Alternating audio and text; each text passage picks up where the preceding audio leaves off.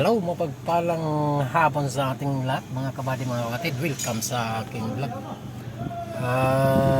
Ngayon dito tayo sa MG mga kabady mga kapatid. MG5 na 2022 model mga kabady mga kapatid. Nag-highlight yung traction mga kabady mga kapatid. Ayan, kung napapansin niya yan. Yan ang ating sisilipin sa may waga nating Redbook mga kabady mga kapatid. Tara, samahan nyo ako mga kabady. Ayan ang ating Redbook mga kabady mga kapatid. Ayan, hihintay lang natin mga kabady mga kapatid. Ayan, highlights lang natin yung system list. At tapos highlights ulit yung smart detection. Ayan, hintayin natin mga kabady mga kapatid. Nag-communicate na yun. Guys, ayan, hintayin lang natin mga kabady mga kapatid. Tingnan natin kung ano yung mga sintomas na lalabas dyan mga kabady mga kapatid. Bakit nag-highlight yung traction na yan mga kabady mga kapatid. Ito ngayon mga kabady mga kapatid. Ang daming ng ano, ang daming code mga kabady mga kabady. So ito yung code niya mga kabady mga kapatid. Brake pedal switch stop. Ayan, sa BCM body control module. Code number 1 B1066 brake pedal switch stop. And sa dito sa instrument pack merong isang code, cross control multi-function input circuit voltage out of range.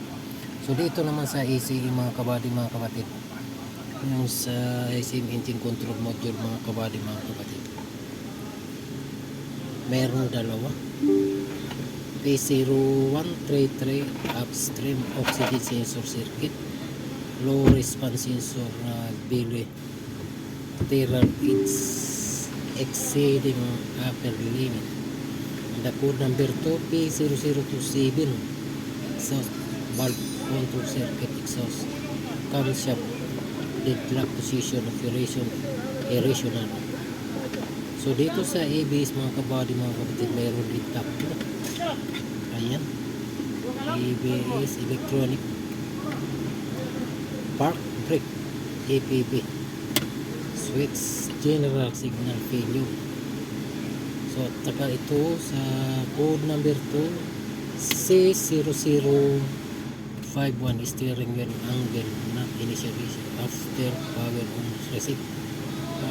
Okay, so i-try nga natin mga kabady mga kapatid. Ano ito, reset mga kabady mga kapatid.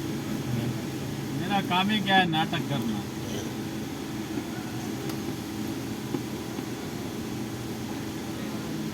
Kung magkulay green yan niya siya mga kabady mga kapatid. Tingnan nyo, pagmasdan nyo mga kabady mga kapatid kung anong habang ginahan ng maiwaga natin mga kabady. Yun, nawala na mga kabady mga kapatid. Tender भी नहीं दे रहा था, बोलता खाली दो है. Ayun na, nawala na mga kabady mga kapatid. So try nga natin, try nga natin mga kabady mga kapatid. Tapos i-on natin ulit kung babalik pa siya.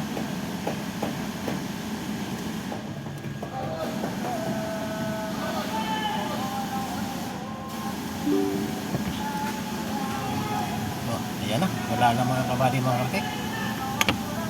Ayan, napansin nyo na, wala na yung nag-highlights dyan.